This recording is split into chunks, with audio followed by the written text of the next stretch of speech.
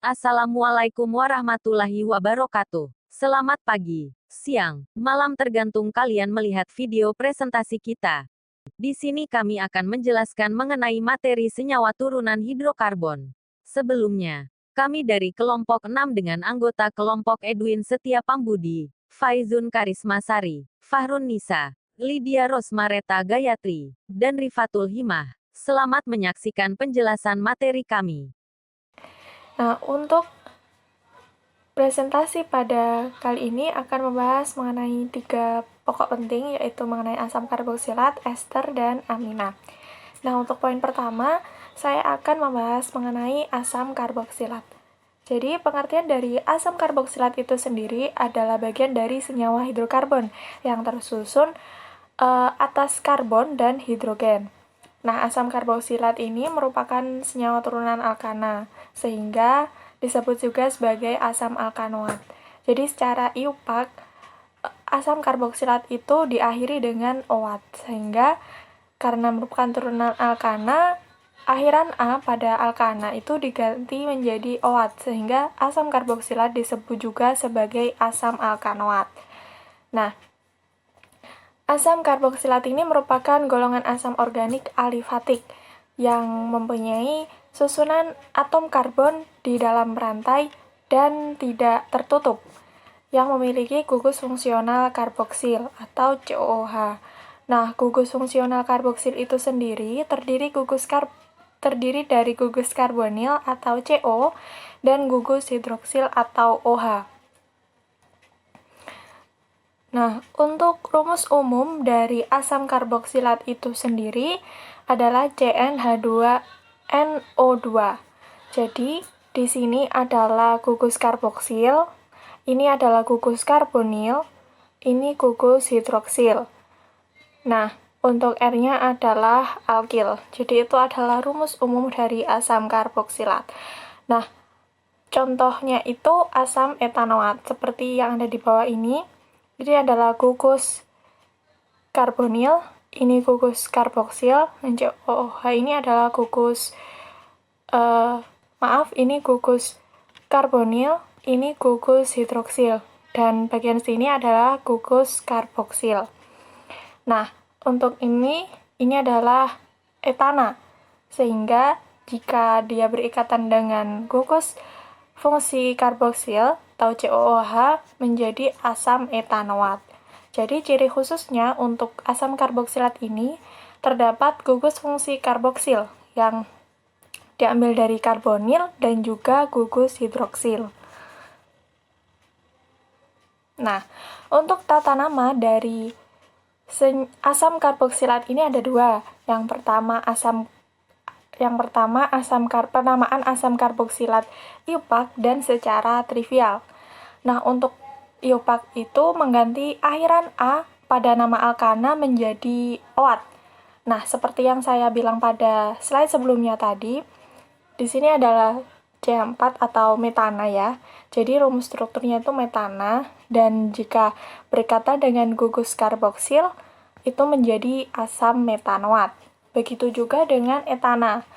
Nah, seperti yang tadi, itu menjadi asam etanoat karena akhiran A pada nama alkana itu diganti dengan OAT. Kemudian, untuk nama asam karboksilat yang bercabang menurut IUPAC itu dapat ditentukan dengan beberapa step. Yang pertama dengan menentukan rantai utama. Jadi rantai utama di sini kita mengambil rantai dengan jumlah atom karbon paling panjang yang mengandung gugus karboksil. Jadi seperti di contoh ini kan kita mengetahui bahwa gugus karboksil itu ada di sini. Jadi kita ambil rantai dengan jumlah atom karbon paling panjang yang mengandung gugus karboksil. Jadi ada 5, itu merupakan 5 atom karbon, sehingga disebut pentanoat. Nah, untuk yang kedua, kita menentukan cabangnya. Nah, cabang dari rantai utama. Di sini ada metil, dan yang atas itu metil, yang bawah itu metil, sehingga ada 2 metil. Sehingga nantinya disebut dengan dimetil. Kemudian kita beri penomoran pada rantai panjangnya itu dari ini. dari atom C gugus karboksil. Atom C gugus karboksil itu nomor yang pertama, kemudian dilanjutkan kedua, ketiga, keempat, kelima, ke kiri, sampai pentanoat ya. Nah, kemudian kita harus menambahkan kata asam pada awal nama senyawa, sehingga namanya menjadi asam 3,4-dimetil pentanoat. Karena cabangnya terletak di nomor yang ketiga dan keempat, sehingga ada dua metil, sehingga disebut 3,4-dimetil pentanoat. Nah, di sini terdapat catatan jika terdapat dua atau lebih substituen berbeda dalam penulisan harus disusun berdasarkan urutan abjad huruf pertama nama substituen. Nah, di sini kan contohnya itu ada asam 2-propil 3-metil pentanoat. Itu merupakan penamaan yang salah karena kita harus mengurutkan berdasarkan urutan abjad sehingga namanya menjadi asam 3-metil 2-propil pentanoat. Lanjut, untuk tata nama asam karboksilat yang kedua itu trivial. Nah, trivial ini merupakan penamaan umum ya. Nah, untuk yang tidak bercabang itu nama umumnya itu ada asam format di sini dengan rumus struktur seperti itu, dan nama umumnya asam format berlanjut sampai jumlah atom karbon yang berjumlah 20 disebut asam arahidat. Begitu. Jadi lanjut ada asam format, asetat, propionat, butirat, valerat, sampai jumlah atom karbon yang berjumlah 20 itu disebut dengan asam arahidat. Nah, bagaimana untuk penamaan yang bercabang? Nah, penamaan bercabang untuk trivialnya itu juga ada beberapa step seperti tadi ya, untuk EPAK itu. Jadi, Nah, untuk yang pertama itu kita harus menentukan rantai utama. Nah, rantai utama seperti tadi itu adalah jumlah atom karbon paling panjang yang mengandung gugus karboksil. Jadi di sini seperti contohnya itu yang tadi, karena tadi kan namanya asam 3,4-dimetil pentanoat. Sekarang kita ubah menjadi nama trivialnya. Jadi kita menentukan rantai utamanya dulu. Di sini ada 5 rantai utama yang mengandung gugus karboksil. Itu ada namanya valerat. Valerat ini jumlah atom karbonnya itu ada 5. Nah, kemudian kita menentukan substituen cabang dari rantai utama. Seperti tadi, itu ada 2 cabang. Kemudian kita menomorkan substituen dimulai dari atom karbon yang mengikat gugus karboksil. Jadi, penamaannya adalah alfa, beta, dan gamma. Jadi, di sini kan adalah gugus karboksil ya. Nah, penomoran itu dimulai dari atom karbon yang mengikat gugus karboksil. Jadi, dimulai dari sini, ini adalah alfa, lanjut ke kiri beta, dan lanjut ke kiri lagi itu gamma. Kemudian kita menambahkan asam pada awal nama senyawa seperti tadi. Nah, ini kan merupakan ada 2 metil ya, jadi disebut dimetil. Nah, cabangnya itu terletak di mana? Terletak di beta dan juga gamma, sehingga namanya menjadi asam beta gamma dimetil valerat.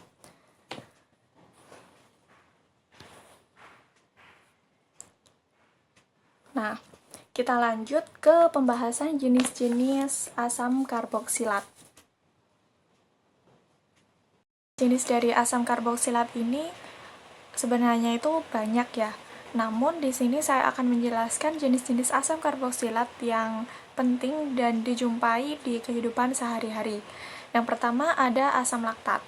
Asam laktat ini secara struktur merupakan asam karboksilat dengan satu gugus hidroksil yang menempel pada gugus karboksil. Nah, biasanya itu ada dalam susu. Yang kedua ada asam oksalat. Asam oksalat itu biasanya terdapat di dalam bayam dan kelambak. Dan asam oksalat ini mengalami banyak karakteristik dari asam karboksilat yang lainnya. Kemudian ada asam tartrat. Asam tartrat ini adalah asam organik yang berwarna putih kristal yang terjadi secara alami dan biasanya itu terdapat banyak di dalam buah, terutama pada sari anggur sebagai garam monokalium.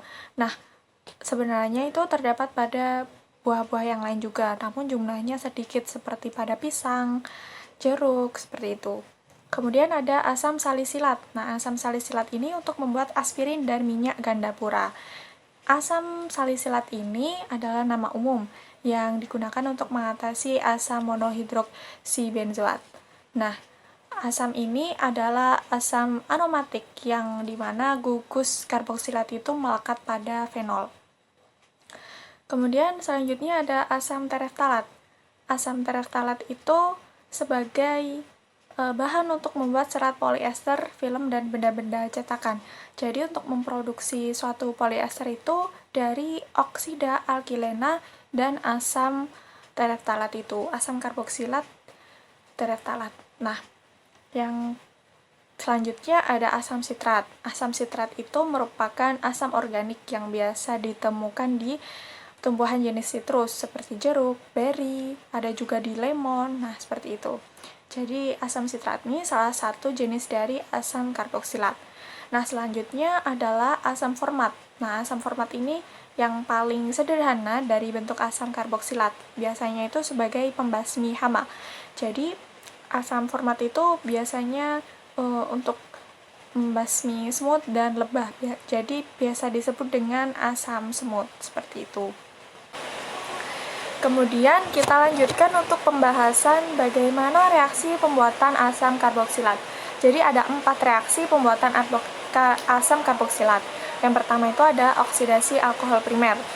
Oksidasi alkohol primer ini dengan menggunakan katalis kalium permanganat yang akan menghasilkan asam karboksilat. Jadi alkohol primer ini dikatalis dengan kalium permanganat akan menghasilkan asam karboksilat, yaitu asam asetat ya, ini asam asetat atau asam etanoat.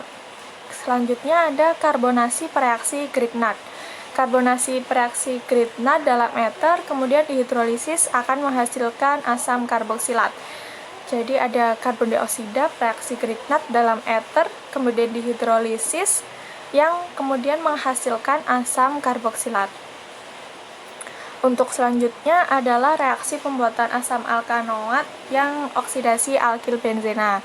Jadi, di sini ada alkil benzena dengan 2 katalis, yaitu katalis kalium birokromat dan asam sulfat, akan menghasilkan asam karboksilat. Yang terakhir ada hidrolisis dengan senyawa nitril. Jadi, reaksinya itu hidrolisis senyawa nitril dalam suasana asam ya, akan membentuk asam karboksilat dan ion amonium. Nah, ini ada asam karboksilat dan ion amonium. Nah, bagaimana reaksi asam karboksilat dengan senyawa lain? Nah, ini ada 7 yang akan saya bahas di sini. Yang pertama adalah reaksi dengan basa.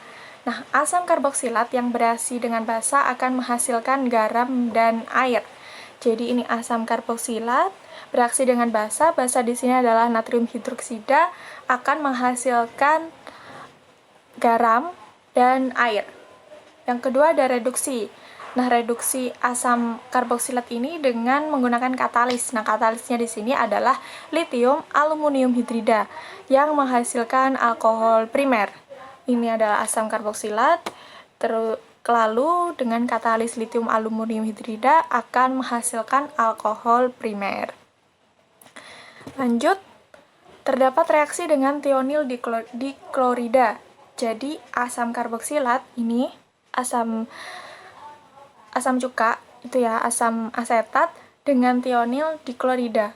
Tionil diklorida ini akan membentuk hidrogen klorida dan gas akan membentuk klorida asam. Ini klorida asam, lalu hidrogen klorida, dan gas belerang dioksida.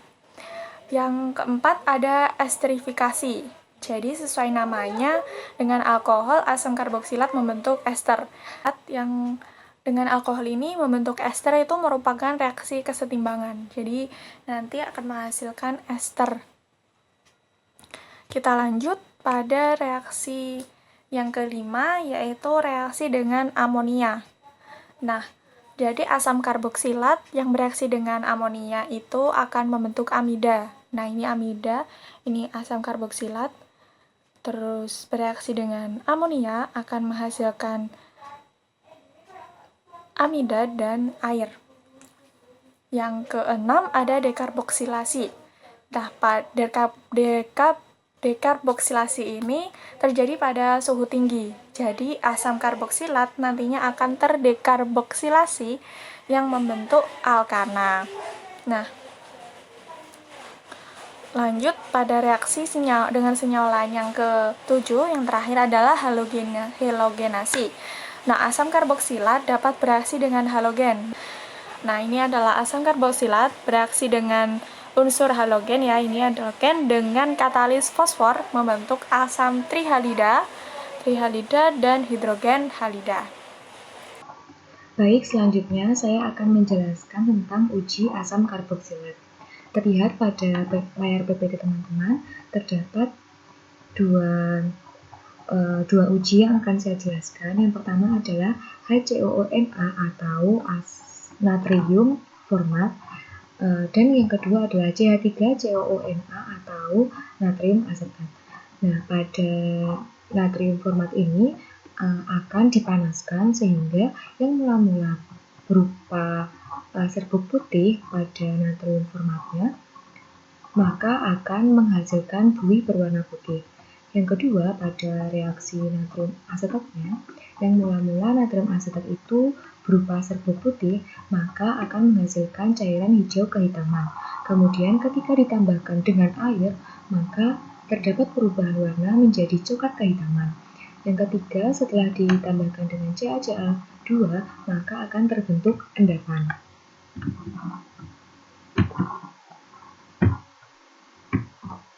Nah, setelah diperlihatkan tabel uji tadi, maka selanjutnya saya akan menjelaskan tentang reaksi uji.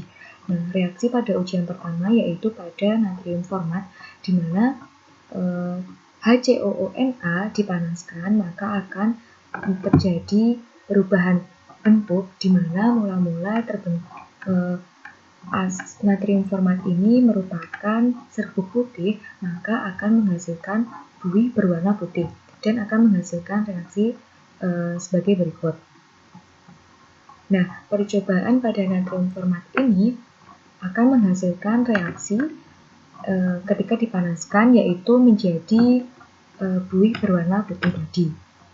Nah, selanjutnya yaitu yang kedua, yaitu pada natrium asetat, yaitu ketika natrium asetat itu dipanaskan, maka terjadi perubahan bentuk, di mana mula-mula terbentuk natrium asetat itu merupakan serbuk berwarna putih ya, kemudian akan menjadi cairan berwarna hijau kehitaman. Nah, pemanasan ini bertujuan agar garam natrium asetat tersebut terurai menjadi CH3COO- dan Na+. Nah, langkah selanjutnya yaitu menambahkan aqueous atau air pada natrium asetatnya. Pada penambahan air pada bagian ini ya. Nah, kemudian maka akan menyebabkan terbentuknya asam asetat. Nah, selanjutnya langkah terakhir yaitu adalah penambahan CaCl2. Pada penambahan CaCl2 adalah pada bagian ini. Ini ya. Nah, pada penambahan CaCl2 ini akan terdapat endapan berwarna putih yang merupakan garam kalsium hidroksida atau CaOH 2 kali yang merupakan produk dari reaksi asam asetat dengan CaCl2. Pada reaksi halogenasi asam asetat dengan CaCl2 menghasilkan asetil klorida atau CH3COCl yang merupakan turunan dari asam asetat. Nah, selanjutnya adalah sifat-sifat asam karboksilat.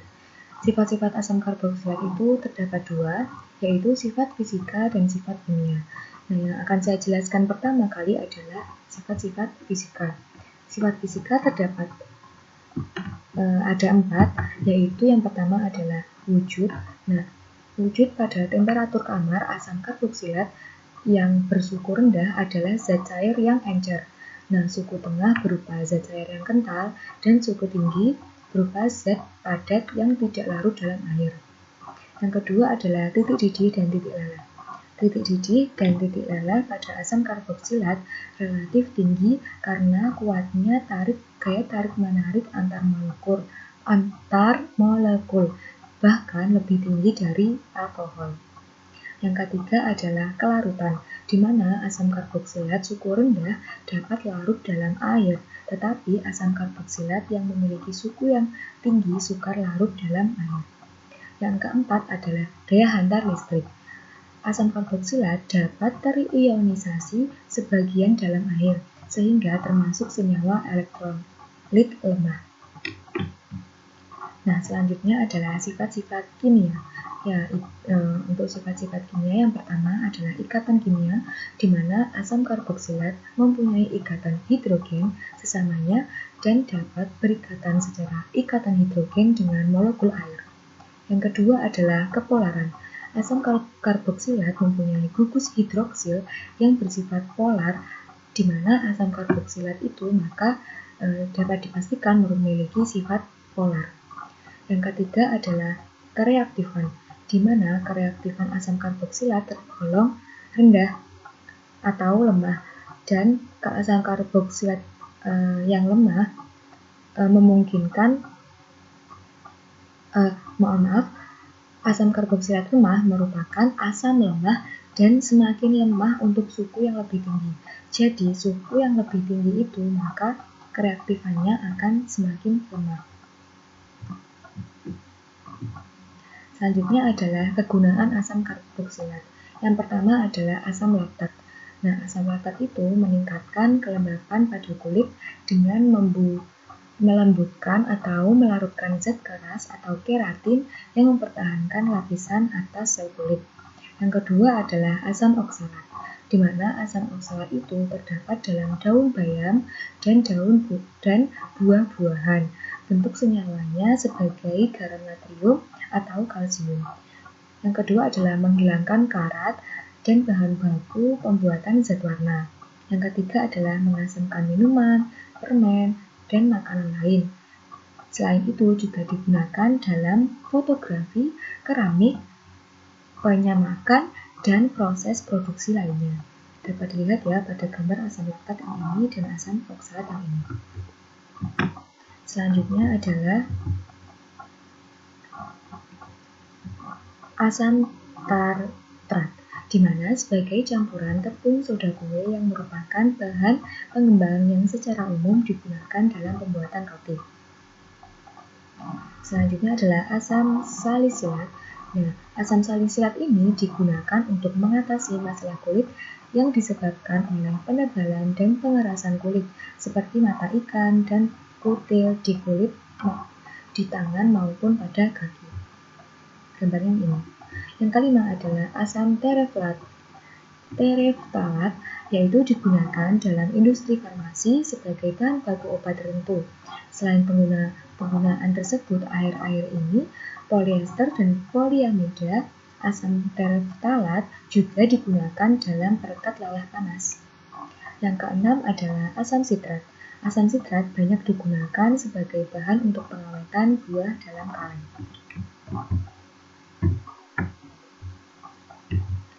Selanjutnya adalah asam format. Asam format atau yang dikenal juga dengan nama asam semut digunakan sebagai bahan baku pembasmi hama dan berperan besar dalam proses penggumpalan lateks. Selanjutnya adalah dampak negatif penggunaan asam karboksilat yang berlebihan.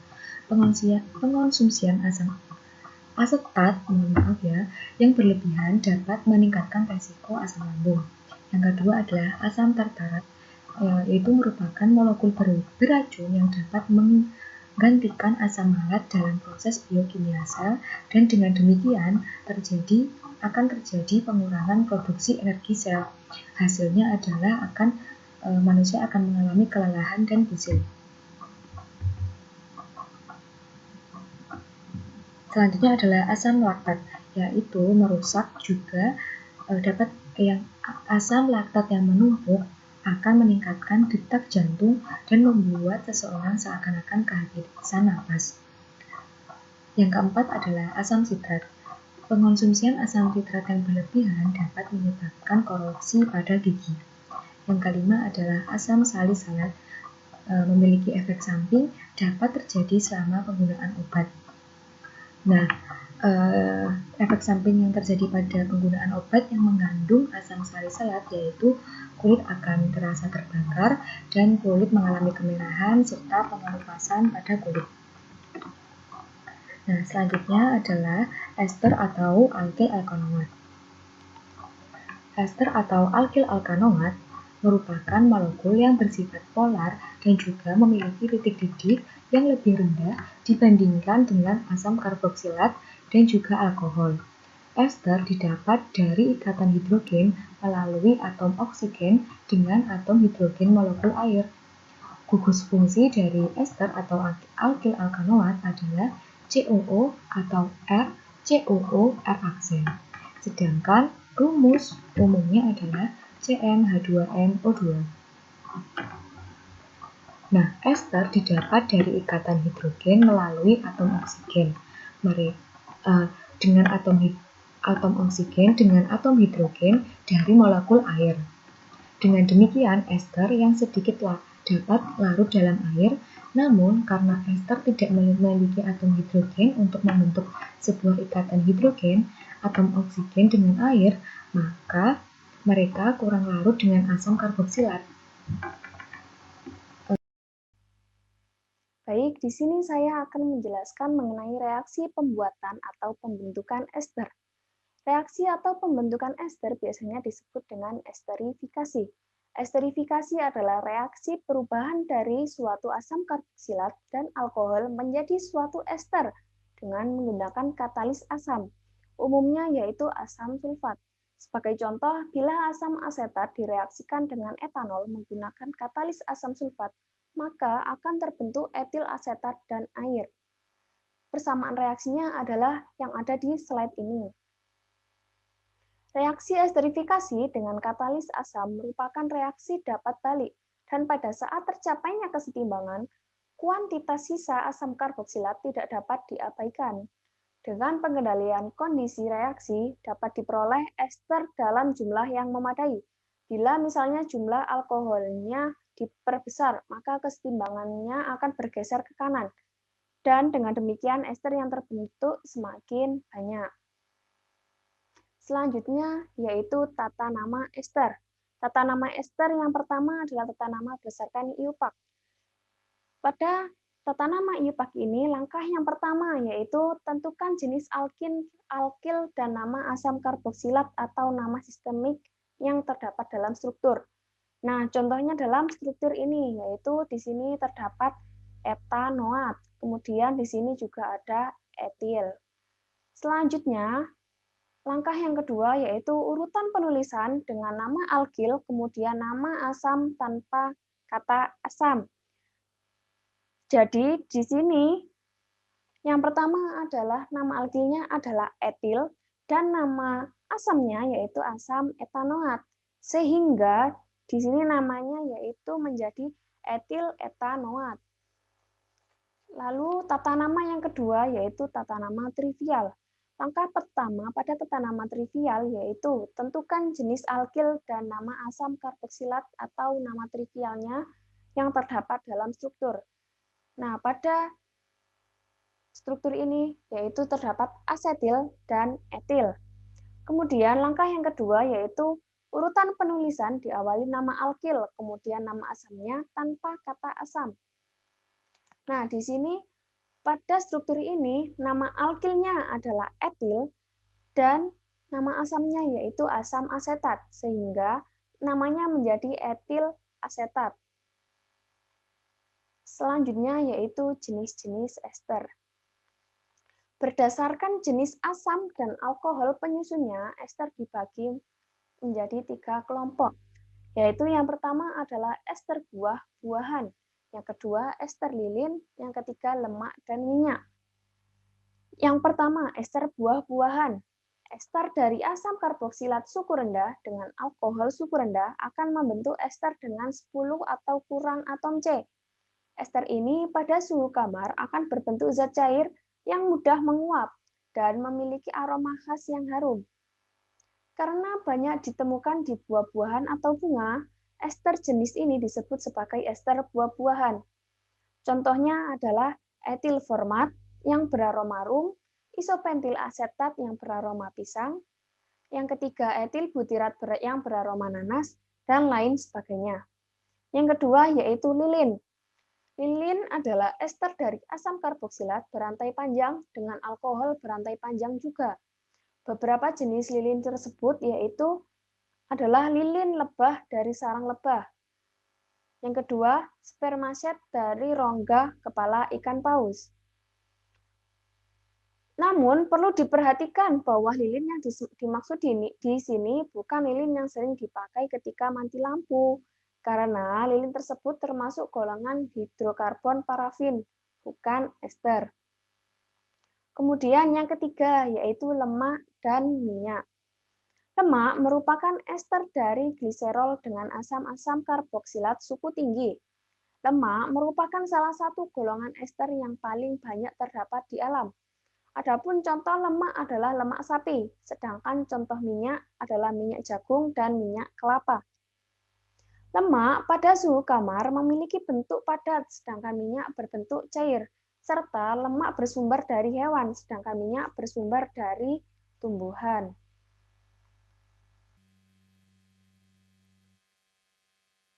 Selanjutnya yaitu reaksi-reaksi ester. Yang pertama yaitu hidrolisis ester.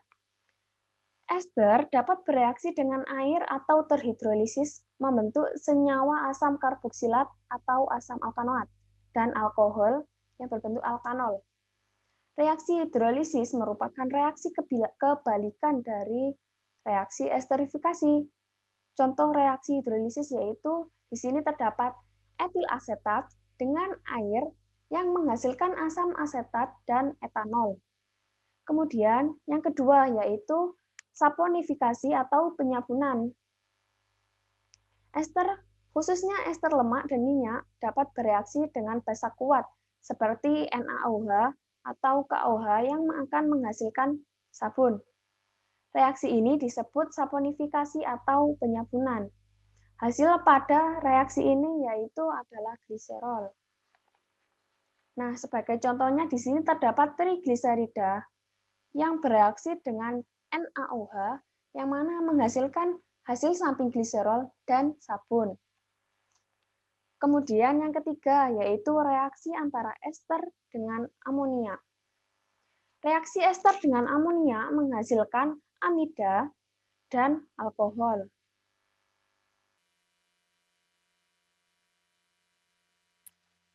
Selanjutnya yang keempat yaitu transesterifikasi. Ester dapat melakukan reaksi transesterifikasi dengan alkohol, sehingga menghasilkan ester yang berbeda. Hasil samping yang diperoleh adalah alkohol. Contohnya seperti yang terdapat pada nomor 4. Selanjutnya yaitu reaksi antara ester dengan pereaksi Grichna. Ester bereaksi dengan pereaksi ini membentuk keton. Reaksi ini dapat dibuat dengan cara mereaksikan haloalkana dengan logam magnesium. Bentuk persamaannya seperti pada nomor 5. Selanjutnya yaitu yang nomor 6, yaitu reduksi ester. Reduksi ester dengan katalis tembaga 2 oksida dan tembaga 3 kromat menghasilkan alkohol primer. Yang terakhir yaitu reaksi ester dengan basa. Ester dapat bereaksi dengan basa membentuk garam alkanoat dan alkohol. Persamaan reaksinya pada nomor 7. Selanjutnya yaitu uji esterifikasi. Pada percobaan ini dilakukan untuk mengetahui reaksi esterifikasi asam karboksilat dengan alkohol. Alkohol di sini berbentuk etanol dan amil alkohol. Pada percobaan pertama, yaitu asam asetat direaksikan dengan etanol dengan bantuan katalis H2SO4 pekat, yang mana menghasilkan etil etanoat yang beraroma seperti pisang. Persamaan reaksinya yaitu yang sebelah kiri. Lalu pada percobaan yang kedua, yaitu asam asetat direaksikan dengan amil alkohol dengan bantuan katalis H2SO4 pekat, yang mana menghasilkan pentil etanoat yang beraroma seperti permen karet. Dengan persamaan reaksinya yang ada di sebelah kanan. Selanjutnya yaitu sifat-sifat fisis dari ester. Sifat fisis ester yang pertama yaitu lebih polar dari eter, tapi kurang polar dibandingkan alkohol. Yang kedua, semakin panjang rantainya, ester semakin tidak larut dalam air. Yang ketiga, dalam ikatan hidrogen, ester berperan sebagai akseptor hidrogen, tapi tidak dapat berperan sebagai donor hidrogen. Yang keempat, lebih volatil dibandingkan asam karboksilat dengan berat molekuler yang sama. Dan yang kelima, termasuk senyawa non-elektrolit. Selanjutnya, sifat kimia dari ester. Sifat kimia ester yang pertama yaitu dapat mengalami hidrolisis. Yang kedua, dapat mengalami reaksi penyabunan. Yang ketiga, tidak terdapat ikatan hidrogen, tetapi ada ikatan van der Waals. Yang keempat, yaitu senyawa bersuku rendah sedikit polar, sedangkan senyawa bersuku tinggi hampir non-polar. Dan yang terakhir, yaitu ester kurang reaktif. Baik, pada kesempatan kali ini saya akan melanjutkan presentasi mengenai ester. Nah, apa aja sih kegunaan ester? Yang pertama itu, ester yang berasal dari buah-buahan digunakan untuk aroma atau esens pada makanan. Misalnya biskuit rasa jeruk. Nah, itu untuk apa ya? Biar biskuit itu ada aroma buah jeruknya itu dapat digunakan ester. Dapat menggunakan ester, iya maksudnya itu. Kemudian yang kedua, ester lemak untuk membuat mentega, margarin, dan sabun. Kemudian yang ketiga, ester lilin yang digunakan untuk mobil dan batik dapat diperoleh dari tawon dan palma Brasilia. Nah, jadi ini merupakan video kegunaan ester yang dapat dilihat di YouTube. Kemudian selanjutnya itu ada amina. Nah, sekarang udah masuk ke materi yang berbeda daripada ester dan asam karboksilat tadi. Nah, amina itu apa sih? Amina itu merupakan senyawa turunan organik dari amonia di mana satu atau lebih atom hidrogen pada nitrogen telah tergantikan oleh gugus alkil atau aril. Karena itu, amina memiliki sifat yang mirip dengan amonia seperti alkohol dan eter pada air. Rumus umum untuk amina yaitu CnH2n plus 3n. Nah, selanjutnya itu klasifikasi amina. Seperti yang dijelaskan tadi, amina itu kan merupakan turunan amonia ya, atau NH3. Nah, jadi amina itu dapat diklasifikasikan berdasarkan jumlah substituen organik yang terikat pada nitrogen, yaitu terdapat amina primer, amina sekunder, dan amina tersier. Oke, selanjutnya amina. Nah, ini dibahas satu-satu ya. Nah, amina primer itu merupakan senyawa amina di mana nitrogen hanya mengikat satu gugus alkil. Jadi, ini. Jadi, ada N, terus ini R. Hanya satu gugus alkil. Jadi, R-nya itu alkilnya. Ya, L-nya itu akhirnya. Kemudian, nah, biasanya amina primer itu bisa pakai simbol kayak gini nih. Satu ada kayak derajatnya gitu. Iya, kayak gitu tuh namanya amina primer. Kemudian, ini contohnya ya, ada sikloheksilamina. Itu contoh dari amina primer. Kemudian yang selanjutnya amina sekunder. Amina sekunder itu berarti dua gugus alkil. Nah, artinya itu senyawa amina di mana dua gugus alkil terikat pada atom nitrogen. Nah, jadi kan ini N ya, nitrogennya. Nah, ini alkilnya nih. Alkilnya ini sama ini, kayak gitu. Berarti bisa pakai lambangnya kan kalau tadi itu amina primer itu kan satu ada bulatnya gitu ya. Kalau ini berarti dua ini kayak gitu. Selanjutnya ada amina tersier, berarti 3. Nah, seperti sesuai sama pengertiannya, amina tersier terbentuk apabila pada atom nitrogen terikat 3 gugus alkil. Nah, ini nitrogen, ini 1, 2, 3 nih gugus alkil. Jadi ingat ya, R itu gugus alkil. Kemudian berarti tulisnya bisa 3 begini, lambang, ya semacam lambang. Kemudian ini contoh-contohnya tadi lupa apa namanya, lupa menginiin. Ini etil amina, etil metil amina ini contoh dari amina sekunder. Kalau yang amina tersier itu etil dimetil amina. Baik, selanjutnya tata nama amina. Nah, tata nama amina ini ada 2. Yang pertama trivial dan yang kedua IUPAC. Nah, yang pertama trivial. Nah, trivial ini memiliki beberapa aturan. Yang pertama, amina sederhana diberi nama berdasarkan sistem gugus fungsional. Gugus alkil disebut lebih dahulu, kemudian tambahkan akhiran aminanya. Contohnya, butil amina diisopropil amina. Jadi, gugus akilnya itu nih butil, kayak gitu. Itu namanya gugus akil. Jadi disebut lebih dahulu baru aminanya.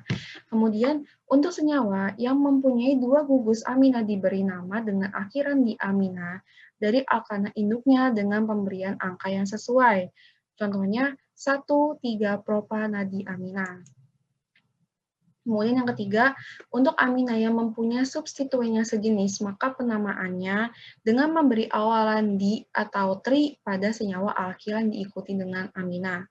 Contohnya, trimetilamina, difenilamina. Kemudian yang keempat, untuk amina sekunder atau tersier yang mempunyai substituen lebih dari 1, maka gugus alkil terbesar dianggap sebagai induk. Gugus alkil tambahan dinyatakan sebagai awalan N-alkil. Contohnya, N-metil 2-butil amina, N-dimetil propilamina. Selanjutnya, nama IUPAC. Nah, amina dinamai sebagai alkanamina. Rantai amina diberi nomor sesuai posisi gugus amina dan substituennya. Contohnya ini ya, metanamina, 1,1 dimetil etanamina, 2 propanamina. Nah, untuk penamaan amina sekunder dan tersier, yang pertama itu rantai alkannya yang paling panjang diberi nomor. Yang kedua, masing-masing gugus alkil yang terikat pada atom N diberi nama sebagai gugus N-alkil. Ada contohnya N-metil 1 propanamina, yang kedua N-metil 2 butanamina.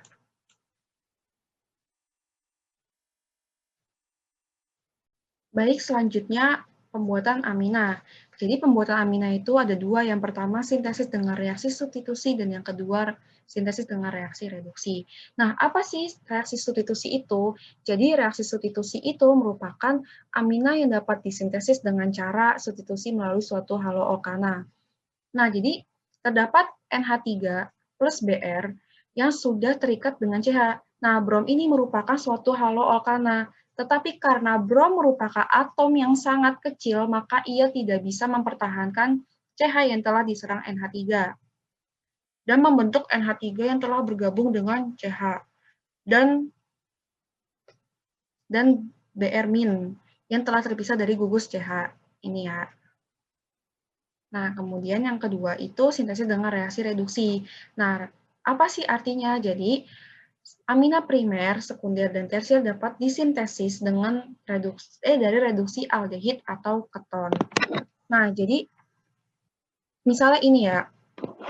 Jadi terdapat benzildehid yang dipanaskan pada suhu 40-70 derajat Celcius dengan amonia, gas hidrogen, dan nitrogen. Kemudian akibat dari pemanasan itu memutuskan ikatan oksigen yang kemudian menarik H dan membentuk OH dan terlepas menjadi uap.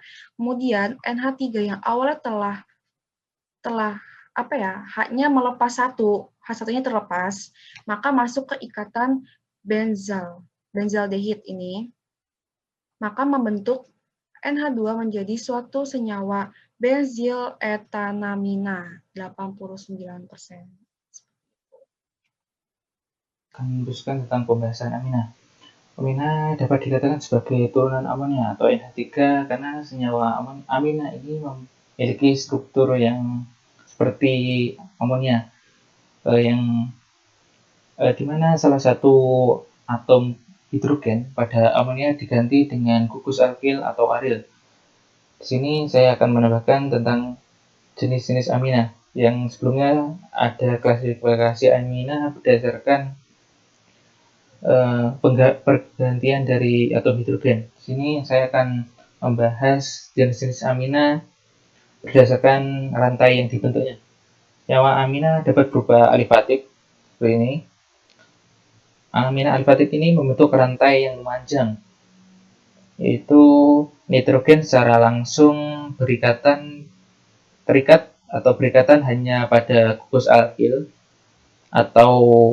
dan hidrogen saja. Kemudian ada amina siklik. Amina siklik ini ketika ada pembentukan gugus yang membentuk cincin atau melingkar. Kemudian ada amina siklik ini biasa terjadi pada amina sekunder atau tersier. Contohnya yaitu 3 aminosiklopentena. Yang secara umum amina siklik ini digolongkan ini untuk atom karbon yang kurang dari 6 dalam pembentukan cincinnya. Kemudian ada amina heterosiklik. Sebenarnya adalah jenis amina siklik, tetapi ada unsur N yang merupakan bagian dari penyusun atau pembentukan cincin ini. Secara itu dinamakan sebagai amina heterosiklik. Kemudian ada amina aromatik yang juga bagian dari amina siklik, tapi biasanya terdiri dari 6 atom karbon yang membentuk struktur cincin, dan biasanya secara aromatik yaitu benzen, sehingga pada amina ini dikatakan sebagai aril amina. Kemudian ini sudah dijelaskan rekan saya. Kemudian saya jelaskan tentang reaksi amina. Yang pertama, reaksi dengan air. Di sini saya sajikan perbandingannya dengan amonia atau NH3. Ketiga jenis amina yaitu primer, sekunder, dan tersier. Di sini saya contohkan untuk amina primer. Yang bereaksi secara umum, amina ini akan bereaksi dengan air seperti amonia, membentuk ion amonium untuk amina, sedangkan untuk amina adalah ion amonium tersubstitusi. Artinya di sini ada rantai alkil di dalamnya, dan kemudian juga membentuk ion hidroksida. Di sini saya sajikan tentang nilai pKb untuk amonia dan pKb untuk amina. pKb secara ini menunjukkan kebasaan dari amonia dan amina primer, yaitu ini adalah metil amina, berbeda karena adanya efek dari induksi dari gugus CH3 ini. Dia dari kekuatan basanya, metil amina ini lebih basa atau lebih kuat daripada amonia, karena nilai pKb-nya kecil menunjukkan nilai pH-nya menjadi lebih besar, sehingga lebih basa dibandingkan dengan amonia. Dan pada dasarnya amina ini adalah golongan basa lemah karena merupakan turunan dari amonia. Gugus CH3 ini memiliki efek induksi yang mendorong elektron dari pasangan elektron bebas dari atom N ini lebih mudah didonorkan. Akibatnya kebasaan metil amina lebih kuat dibandingkan dengan amonia yang tidak ada gugus CH3-nya. Kemudian reaksi dengan asam. Karena amina ini bersifat basa, maka apabila senyawa ini bereaksi dengan asam, akan menghasilkan garam. Amina biasa ada yang tidak larut dalam air, umumnya larut dalam asam, karena adanya pembentukan garam yang bersifat larut dalam air. Contohnya di sini saya sajikan yaitu dimetilamina direaksikan dengan asam klorida kan menghasilkan garam dimetil amonium klorida. Garam amonium ini merupakan padatan ionik dengan titik leleh tinggi, kemudian relatif larut dalam air dan tidak memiliki bau busuk seperti amina. Kemudian sifat basa amina. Amina aromatis seperti anilin memiliki sifat basa yang lebih kecil daripada amina alifatik. Hal ini karena untuk amina aromatis, struktur dari amina aromatis ini akan distabilkan oleh cincin benzen yang mampu beresonansi sehingga basanya lebih kecil daripada amina alifatik. Resonansi ini yaitu jika ada dianalisis berdasarkan sinar X, ikatan rangkap pada molekul benzen tidak terlokalisasi atau tidak menetap pada karbon tertentu, melainkan dapat berpindah-pindah seperti pada gambar ini, atau tidak delokalisasi. Yang gejala ini yang disebut sebagai resonansi. Kemudian ada reaksi amina dengan derivat asam karboksilat. Reaksi antara amina primer dan sekunder dengan ester klorida asam, anhidra asam akan menghasilkan amida, yaitu yang golongan ester yaitu etil etanoat yang direaksikan dengan metil amina akan menghasilkan N-metil asetamida dan juga etanol. Ini adalah golongan dari amida. Kemudian golongan klorida asam yaitu asetil klorida direaksikan dengan anilin. Ini adalah golongan primer, amina primer, akan menghasilkan N-penil asetamida dan juga asam klorida. Ini adalah golongan amida. Kemudian yang terakhir adalah asetat hidrat dengan metil amina akan menghasilkan N-metil asetamida dan juga asam asetat. Kemudian untuk pengujian amina, uji amina dapat dilakukan dengan satu yaitu uji diazotasi dan penggabungan. Jumlah sampel ditambahkan dengan HCl pekat dan natrium nitrit atau NaNO2, kemudian dicampurkan dengan beta naftol dan natrium hidroksida. Sampel ini jika mengandung gugus amina akan terbentuk warna merah atau jingga. Di sini ada contohnya, yaitu untuk kontrol positifnya yaitu sulfanilamida akan terbentuk warna jingga ini atau oranye ya. Kemudian untuk kontrol negatifnya yaitu air tidak terbentuk warna jingga. Yang ini lebih coklat. Kemudian dari uji ini untuk sampel A menunjukkan hasil negatif karena warnanya seperti air ini dalam kontrolnya air, sehingga tidak ada gugus amina di dalam sampel A ini. Kemudian untuk sampel B menunjukkan positif adanya gugus amina yang menunjukkan untuk sampel B seperti warna dari kontrol positif tadi, sehingga disimpulkan bahwa untuk sampel B memiliki gugus amina. Kemudian ada Hinsberg. Uji ini untuk membedakan jenis amina primer, sekunder, dan tersier. Reaksi yang digunakan adalah satu larutan tolen sulfonil klorida dalam suasana basa. Untuk amina primer yang atom karbonnya kurang dari 7 akan menghasilkan sulfonamid yang terlarut dalam basa. Jika campuran reaksi ini diasamkan, dihasilkan endapan sulfonamida. Kemudian untuk amina sekunder akan menghasilkan sulfonamida amida yang tidak larut dalam basa berlebih. Kemudian untuk amina tersier tidak terjadi reaksi. Kemudian yang ketiga yaitu uji korek api. Ini adalah uji sederhana yang menggunakan batang korek api. Reaksi yang digunakan adalah asam klorida pekat ditambahkan pada sampel. Kemudian akan mengubah warna batang korek api yang dimasukkan dalam larutan ini menjadi kuning hingga jingga. Kemudian ada uji karbil alamin. Uji ini menggunakan reaksi natrium hidroksida, etanol, dan kloroform untuk menguji amina primer. Kemudian diidentifikasi dengan menggunakan adanya gas isoterene yang terbentuk dan bersifat racun. Ini adalah reaksinya yaitu amina primer ditambah dengan kloroform dan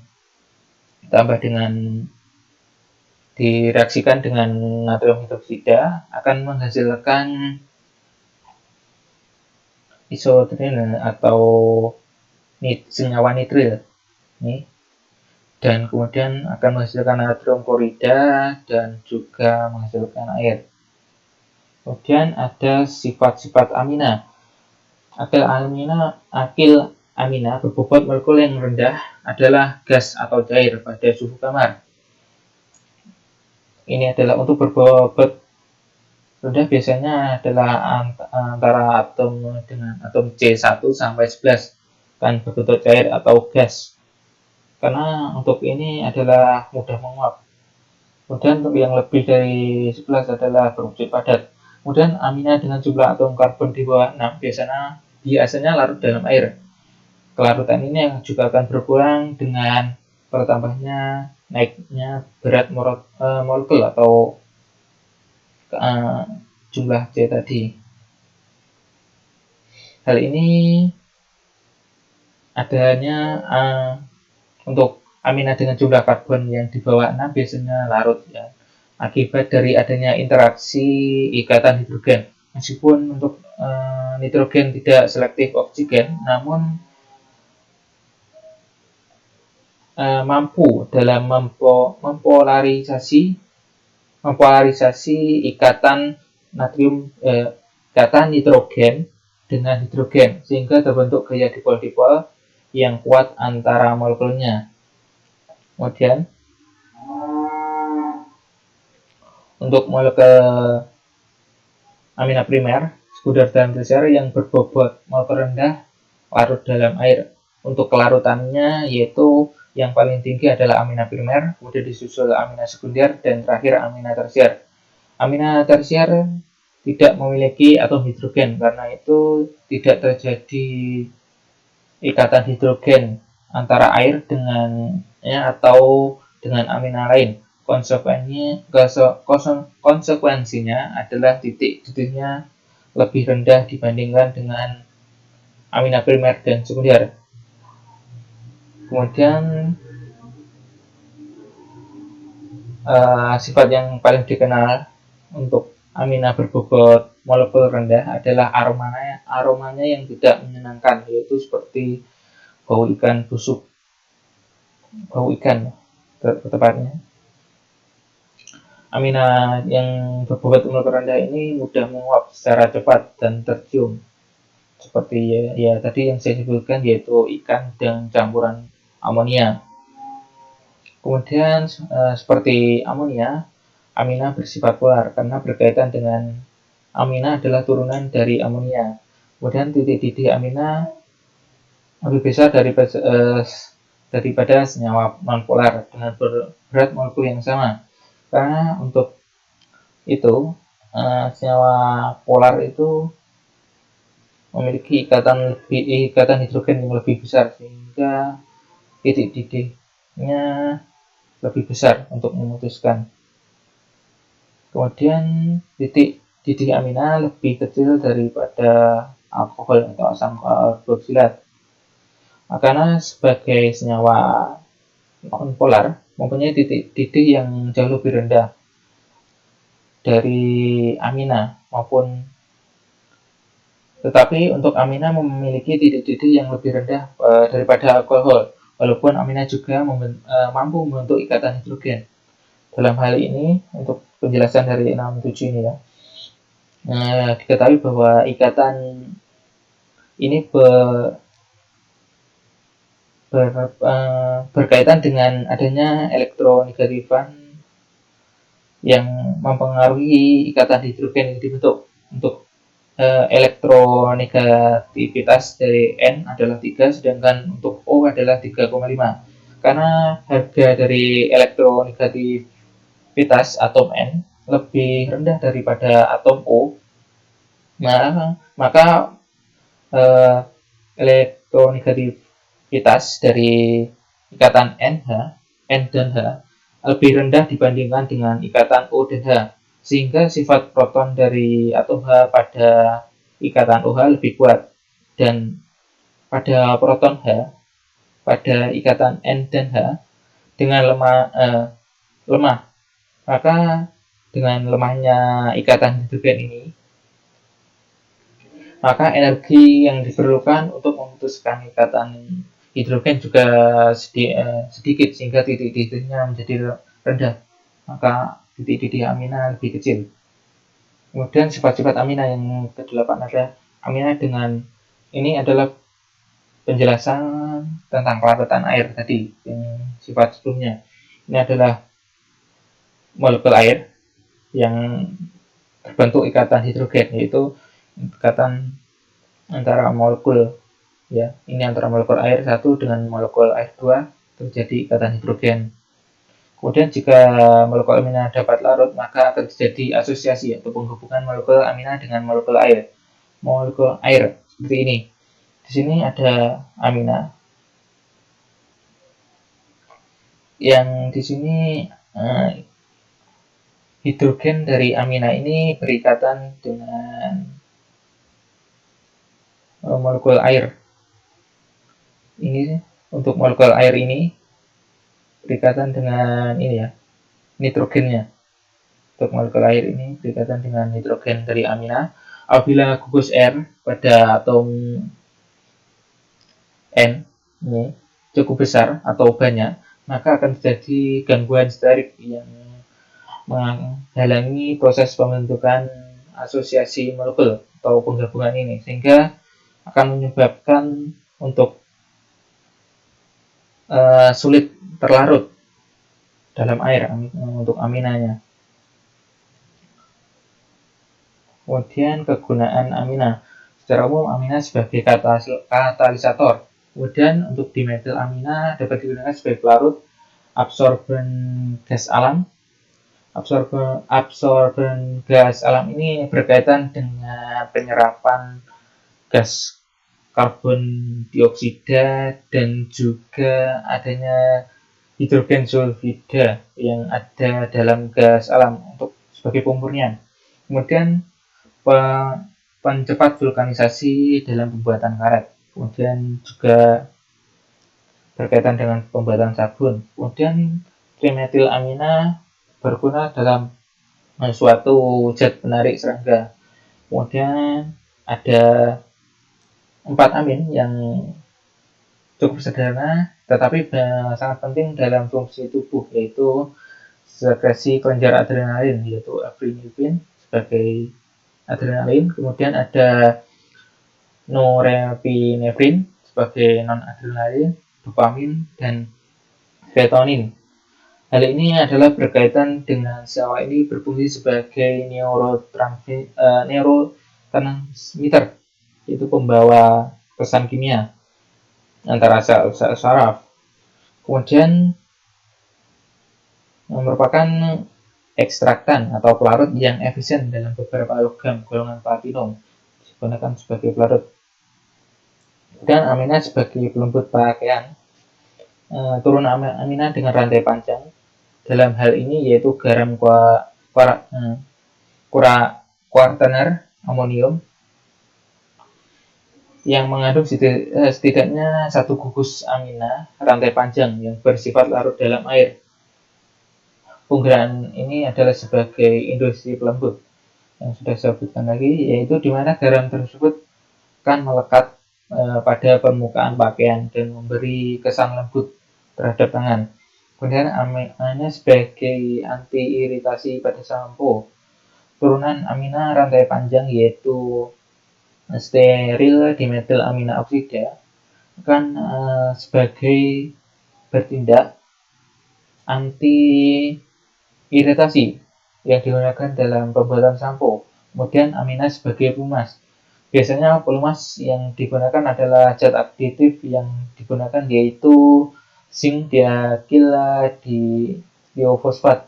Tiofosfat yaitu ZDDP yang memberikan kontribusi besar dalam emisi partikel sulfur dan fosfor ke udara sebagai racun. Kemudian digunakan sebagai penggantinya yaitu turunan sawa olil amina dan steril amina yang direaksikan dengan asam sitrat dan asam suksinat yang berguna sebagai pelumas. Kemudian amina sebagai obat parasit leishmania. Dalam hal ini yaitu steril amina yang direaksikan atau dicampurkan dengan liposom dan fosfatidiklonin atau PECI memiliki aktivitas sebagai antiprotozoa.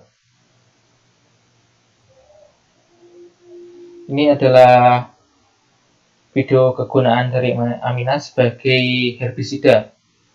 Kemudian dampak negatif amina, yaitu secara umum amina ini digunakan sebagai obat-obatan. Yaitu sebenarnya jika digunakan secara baik maka amina ini juga sebagai berguna dalam kedokteran seperti misalnya kokain, morfin, serotonin ya. Pada dasarnya kokain ini digunakan sebagai anestesi dalam pembedahan atau operasi. Yang kokain ini adalah amina tersier yang dalam hal kebanyakan kokain, morfin dan sebagainya disalahgunakan untuk hal keburukan, yaitu untuk kesenangan atau untuk dalam hal-hal buruk dalam penggunaannya. Kemudian di sini ada nikotin yang merupakan zat buangan dari rokok yang hal ini bersifat sebagai racun dari tembakau. Sekian presentasi dari kami. Terima kasih atas perhatiannya. Cie. Wassalamualaikum warahmatullahi wabarakatuh.